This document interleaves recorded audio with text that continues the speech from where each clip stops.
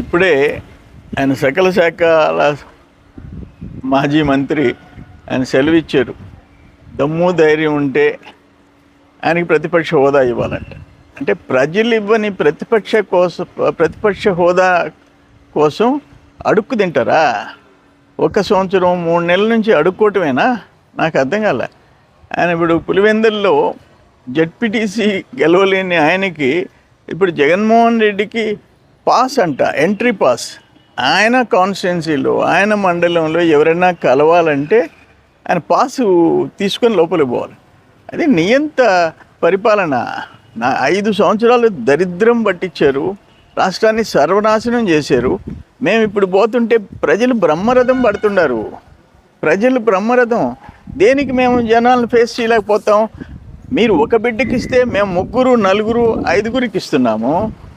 మీరు 13,500, 6,000 కేంద్ర ప్రభుత్వం కలుపుకొని పిఎం కిసాన్ ఇస్తే మేము అన్నదాత సుఖీభవ 20,000 ఇస్తున్నాము.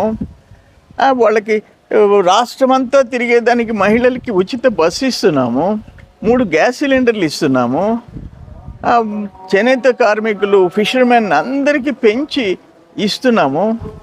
దేనికి మేము జనంలోకి పోలేకపోతాము? మీరు 1,80,000 మొత్తము రూటీ చేస్తే గిరిజనులు, హరిజనులు ఇళ్ళు మేము 2,55,000 చేశాము. దేనికి మేము జనంలోకి పోలేకపోతున్నాం? జనం మమ్మల్ని జనంలోకి తీసుకుపోతున్నారు. అది తెలుసుకొని మాట్లాడు.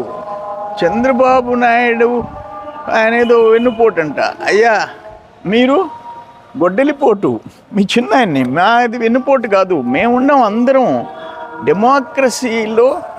ఆమె చేతుల్లో నుంచి పార్టీని నిలుపుకున్నాం రాష్ట్రంలో. ఈ రోజుకి పార్టీ ప్రజలు తెలుగుదేశం పార్టీ చంద్రబాబు నాయుడు గారి నాయకత్వంలో పార్టీని గెలిపించుకుంటున్నారు. వెన్నుపోటు అయితే గెలిపించుకోరుగా.